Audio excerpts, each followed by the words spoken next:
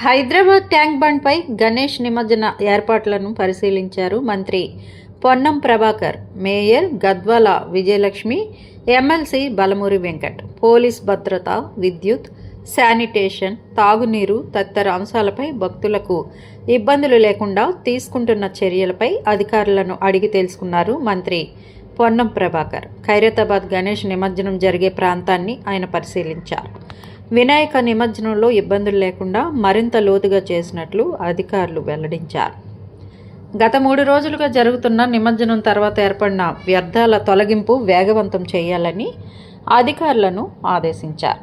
ఈ కార్యక్రమంలో GHMC commissioner RV Karnan, HMDA commissioner Sarfaraz Ahmed, Hyderabad collectorate Dasari Harichandana, ఇతర ముఖ్య అధికారులు పాల్గొన్నారు.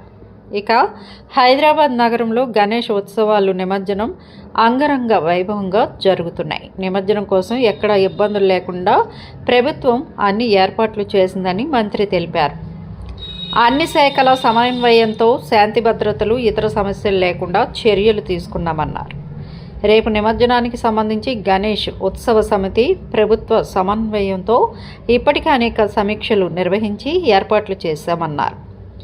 జీహెచ్ఎంసీ, హెచ్ఎండిఏ పరిధిలోనే కాకుండా పంచాయతీరాజ్ శాఖ తరపున ప్రతి గ్రామంలో నిమజ్జన ఉత్సవాలు జరుగుతున్నాయి అన్నారు. హైదరాబాద్కి సంబంధించి అన్ని ప్రాంతాల్లో ఇప్పటి వరకు 1,80,000 విగ్రహాలు నిమజ్జనం జరిగాయి. ఇక రేపు చివరి రోజు పెద్ద వినాయకుల ఉత్సవము, జాతరగా నిమజ్జనం జరగనుంది. ట్రాఫిక్, శాంతి భద్రతలు, ఇతర సమస్యలు, ఇబ్బందులు లేకుండా చర్యలు తీసుకున్నామన్నారు పొన్నం ప్రభాకర్. హైదరాబాద్ నుండే కాకుండా రాష్ట్ర వ్యాప్తంగా 4 మూలల నుండి నిమజ్జనం తిలకించడానికి జనం పెద్ద ఎత్తున తరలి రానున్నారు.